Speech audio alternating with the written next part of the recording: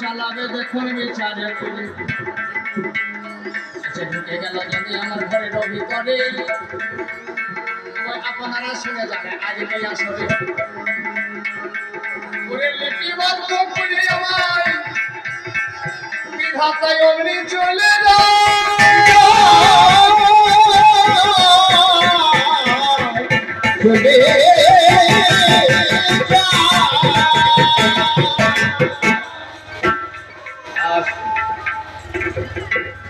বিধাতার লিপিবদ্ধ করে ওনার কাজ সেরে উনি চলে গেলেন। এবার আমিও জানি না, বাড়ির পিতামাতা আত্মীয় স্বজন বন্ধু বান্ধব তারাও জানে না এর ভাগ্যলিপি কি হলো, এটা কিন্তু অজানা। ওরে এইখানেতে দেখাশোনা,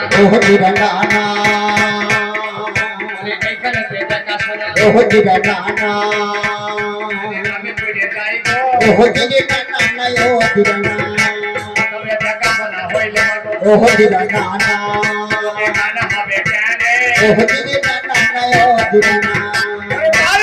আলোচনা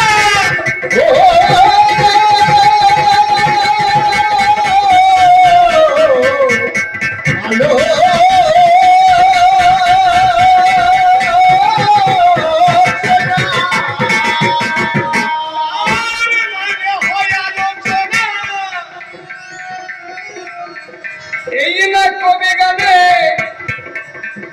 সময় আমার ভাগ্য দাদা জানাই কবি গানে তোমায় প্রথম নম্বরের দাবি আমি করে যাই। তুমি মন দিয়ে শুনে যাও, ওই তো কাশা ভাই 7 দিন পরে ভাগ্যলিপি করা হয়, 7 দিনকার দিনে, তারপরে যা যা ঘটবে। কিন্তু দাদা তোমার কাছে আমার প্রথম নাম্বারের দাবি, কেহ 10, কেহ 20, কেহ বা 50, কেহ বা এই মাত্র হয় এখনই মারা যেতে পারে, কেহ বা গর্ভে বিনাশ। যিনি গর্ভে মারা যাচ্ছে তার ভাগ্যলিপি কখন হলো? 7 দিন আগে যাই মারা যাবে যিনি, তার ভাগ্যলিপি কখন হলো? এই জায়গায় দাঁড়িয়ে কোনো মাতা মরা সন্তান প্রসব করছে, তার ভাগ্যলিপি কখন করেছে? তুমি ভাবে ভাবে আমায় বোঝাইয়ে দেবে, ভাবে ভাবে আমায় বোঝাইয়ে দেবে, আমি যে কাজটা করিলাম তোমায় ভাবে ভাবে আমায় বোঝাইয়ে দেবে।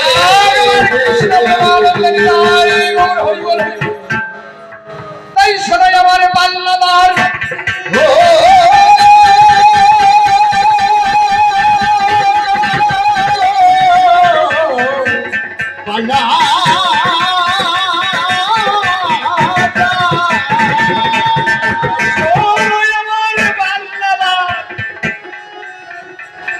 তুমি শুনে দাও না কানে,